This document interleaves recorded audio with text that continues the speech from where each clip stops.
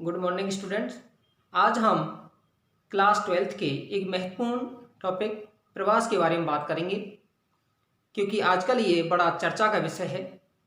आपने देखा होगा कि आपके आसपास के लोग जो कि कहीं विभिन्न स्थानों पर किसी कारण से रहते हैं, चाहे वो नौकरी करते हैं या कोई और अन्य कार्य करते हैं, यदि वो अपने स्थान पर ही आ रहे हैं तभी भी उनको प्रवासी कहा जाने लगा है।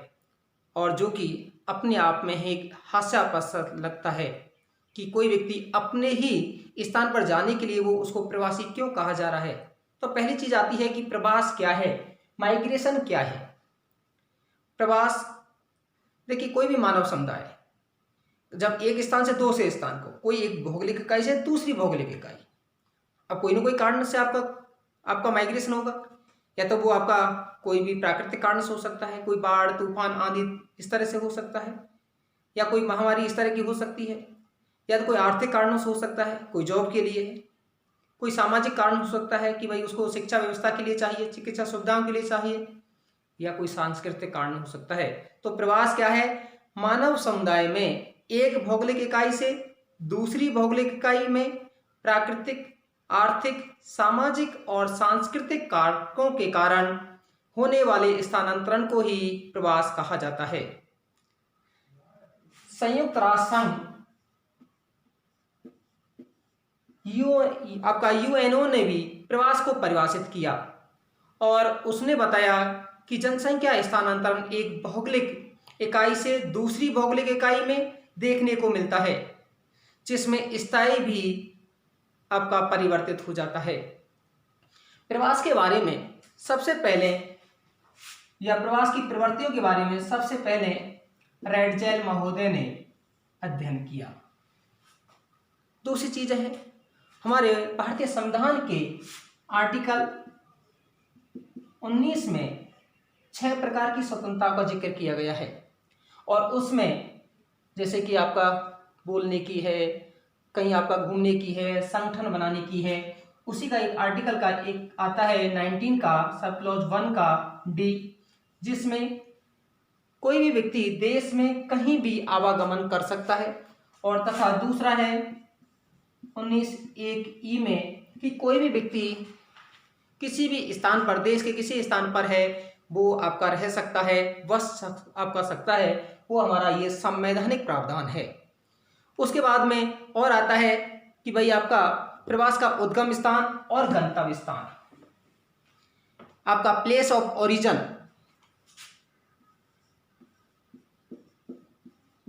उद्गम स्थान।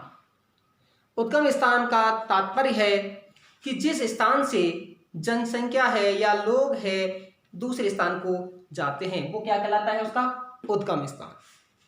और दूसरा है गंतव्य,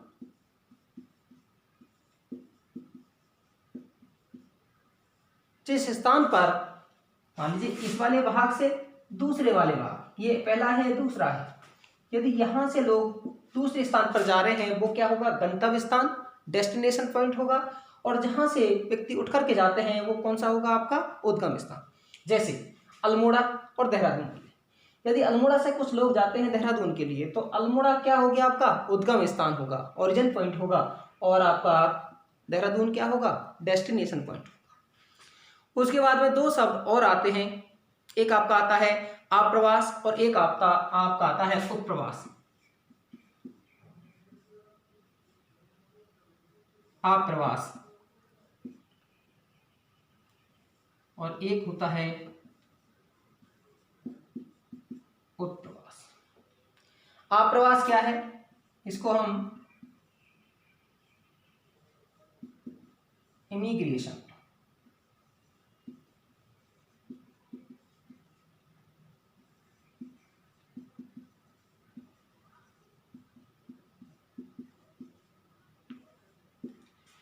आप्रवास क्या है, लोगों का किसी स्थान से अपने यहां पर आ जाना, वो क्या है, आप्रवास।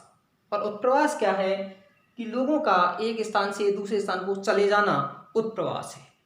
जैसे बाहर से बहुत सारे लोग अमेरिका चले जाते हैं, तो भारत का स्थान है वो क्या कहलाएगा, उसका आप्रवास या उत्प्रवास, उत्प्रवास। और अमेरिका में गए हैं तो वहां पर क्या होगा, वो आप्रवास होगा। अब दूसरी चीज है, लोग प्रवास करते क्यों हैं? लोग प्रवास क्यों करते हैं? क्वेश्चन। तो किस लिए करते हैं? लोग बेहतर आर्थिक सामाजिक जीवन के लिए या जीवन स्तर को बनाए रखने के लिए प्रवास करते हैं। और प्रवास कैसा भी हो सकता है, स्थायी हो सकता है, अस्थायी हो सकता है, सामयिक हो सकता है। आपका देखा होगा कुछ लोग हैं आपके यहाँ से जॉब करने के लिए मान लो 20 किलोमीटर के दायरे में जाते हैं, तो सुबह जाते हैं, इवनिंग में आ जाते हैं। कुछ लोग ऐसे होंगे कि आप मान लीजिए 100 या 150 किलोमीटर के आसपास रहते हैं, तो लोग आपका मंडे को मॉर्निंग में जाते हैं और आपका सैटरडे को वापस आते हैं। अर्थात वो कैसा प्रवास है? साप्ताहिक प्रवास। जब बहुत अधिक दूरी का है तो महीने में आते हैं, वो कैसा होगा? मासिक प्रवास। और प्रवास की कई सारी धाराएं होती हैं। उसमें कौन कौन सी हैं? प्रवास किधर से किधर, जैसे आपने देखा होगा गांव से गांव की ओर, जैसे शादियों के कारण होता है। आर्थिक कारणों से गांवों से नगरों की ओर, और कुछ बेटर जॉब के लिए नगरों से भी अन्य नगरों अर्थात महानगरों की ओर। और एक और होता है आपका इनवर्स माइग्रेशन, आपका जो कि नगरों से कहाँ होता है? गांवों की ओर। और जो कि आप बखूबी से उसको जानते हैं कि इस कोरोना महामारी में आपने देखा होगा कि बहुत सारे लोग जो कि बहुत दिनों से अपने पैतृक स्थान पर नहीं आए हैं, वो भी इसके कारण आ पाए हैं। किसके कारण? कोरोना की वजह से। और उस वो कौन सा है? इनवर्स माइग्रेशन है। दूसरी चीज और आती है कि प्रवास को प्रभावित करने वाले कारक।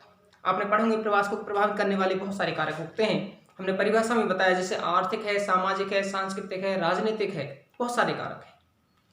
लेकिन हम सामान्य रूप से प्रवास को प्रभावित करने के कारकों को दो भागों में विभक्त करके देखते हैं। नंबर 1 अर्थात प्रवास को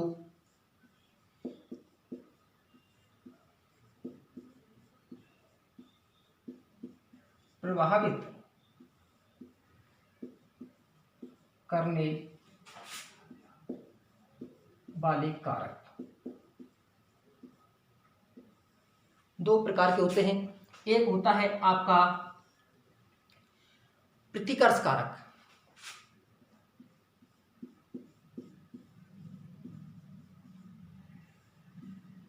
प्रतिकर्ष कारक, उस फैक्टर। बताइए प्रतिकर्ष कारक कौन से होंगे? वे सभी कारक जो कि किसी स्थान से लोगों को या वो स्थान छुड़वाने का कार्य करते हैं, अर्थात आपकी प्रतिकूल दशाएं उपलब्ध कराते हैं। वो कैसे हैं? आपके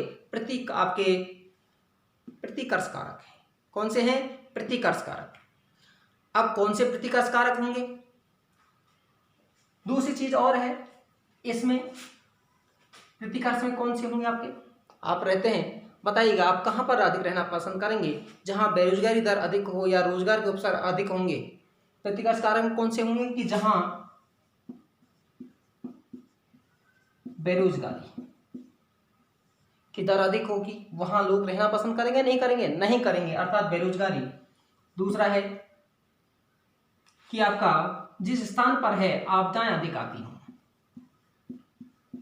मान लीजिए कहीं पर बाढ़ है, तूफान है, आंधी है, चक्रवात है, आपके अधिक आते हैं, बहुत सारे लोग हैं, काल कलवित होते हैं, वहां पर लोग रहना पसंद नहीं करते हैं। नेक्स्ट है यदि कहीं पर आंतरिक अशांति होती हो,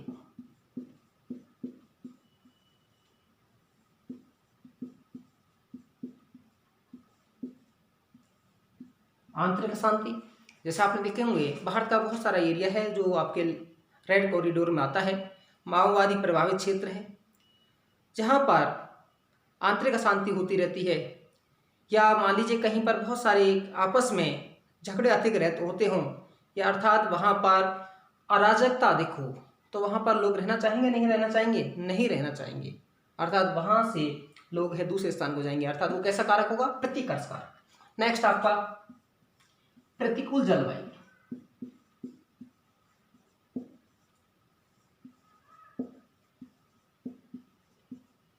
प्रतिकूल जलवायु, यदि आपको बहुत अधिक कठोर ठंड पड़ती है अर्थात सर्दी पड़ती है, जैसे कि हिमाच्छादित क्षेत्र, तो क्या वहाँ रहना चाहेंगे लोग? नहीं रहना चाहेंगे। जैसे कि आपका अंटार्कटिका है, ग्रीनलैंड है, प्रतिकूल जल, या बहुत अधिक आपका वहाँ पर टेम्परेचर अधिक रहता हो, जल की मात्रा कम हो, तो वहाँ पर भी लोग रहना पसंद नहीं करते हैं। प्रतिकूल जलवायु हुआ।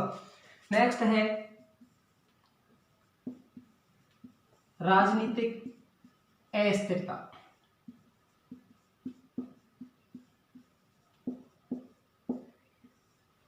जहां पर राजनीतिक अस्थिरता होगी वहां भी लोग हैं वो रहना नहीं चाहते। जैसे कि सीरिया है, वहां से बहुत सारे लोग हैं आपका भूमध्य सागर से होते हुए इटली में चले जाते हैं। वो सब किस कारण से है?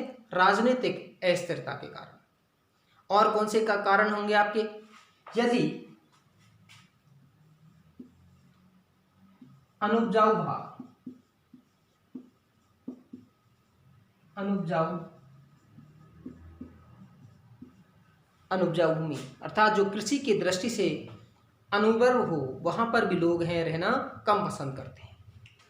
नेक्स्ट है युद्ध।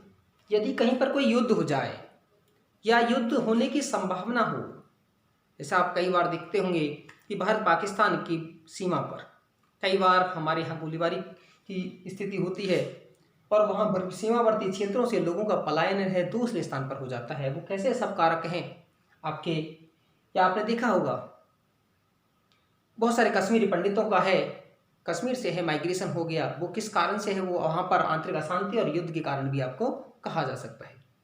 और कौन से कारक होंगे? यदि कहीं पर आधारभूत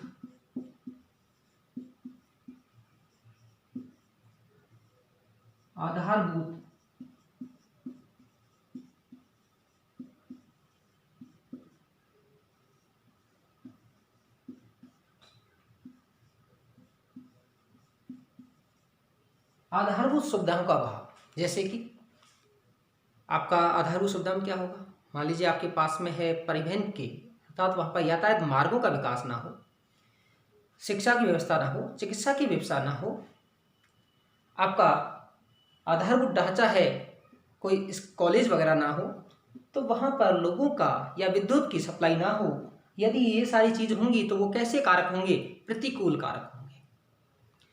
उसके बाद है जहाँ जनसंख्या का दबाव हो, अर्थात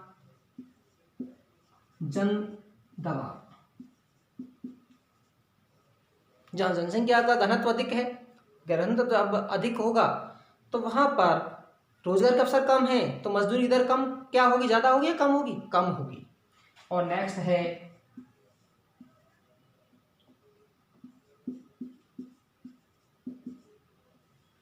गरीबी। यदि गरीबी का अनुपात अधिक होगा तो वो कैसा कारक होगा? यहाँ पर प्रतिकर्ष कारक। अब हम दूसरे कारक पर लेते हैं, इन्हीं बातों पर ही। दूसरे हैं हमारे ये पुश फैक्टर, दूसरे हैं पुल फैक्टर, खींचने वाले कारक। अब आपके जिसको कहते हैं यहां पर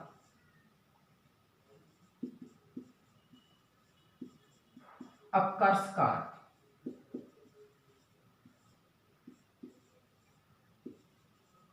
पुश फैक्टर। अपकर्ष कारक कौन से होंगे?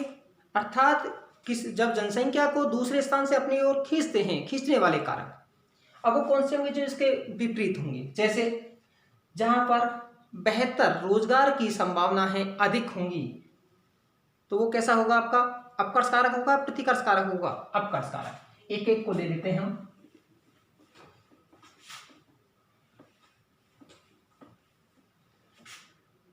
नंबर 1, बेहतर रोजगार के अवसर। जहां पर रोजगार के अवसर बेहतर होंगे वहां पर लोगों का प्रवास है क्या होगा? अधिक होगा। दूसरा है अनुकूल जलवायु।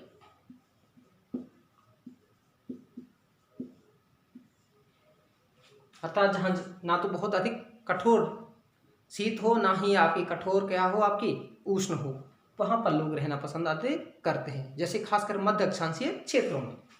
नेक्स्ट है जहां आधारभूत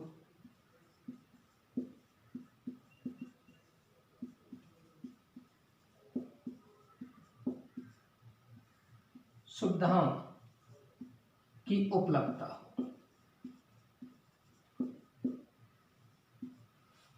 जहां आधारभूत सुविधाएं अधिक होंगी, चाहे शिक्षा की व्यवस्था हो, चाहे चिकित्सा की व्यवस्था हो, चाहे परिवहन के साधनों का हो, वहां पर लोगों का प्रवास है वो क्या होगा, आपका अधिक होगा। दूसरी चीज है कि जहां पर शांति, ना कोई युद्ध का खतरा हो, ना ही आपकी कोई आंतरिक अशांति होती हो। नेक्स्ट है राजनीतिक स्थिरता। राजनीतिक स्थिरता हो, लोगों के मौलिक अधिकार हैं वो उनके लिए पूरी तरह से प्रोवाइड किए जाते हों, अच्छा अर्थात उनका अच्छी तरह से क्रियान्वयन किया जाता हो, तो वहाँ पर लोग हैं वो अधिक रहना पसंद करते हैं। नेक्स्ट है कोई आपका सामाजिक सांस्कृतिक कारक भी हो सकते हैं, जैसे कि कोई आपका धार्मिक स्थल भी हो गया, आपका धार्मिक महत्व का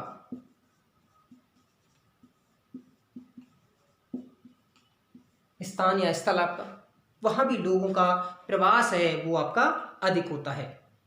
दूसरी चीज है जहां पर गरीबी का अनुपात है वो आपका कैसा हो, कम हो, बेहतर स्वास्थ्य सुविधाएं हो, अर्थात एक चीज और है वहां पर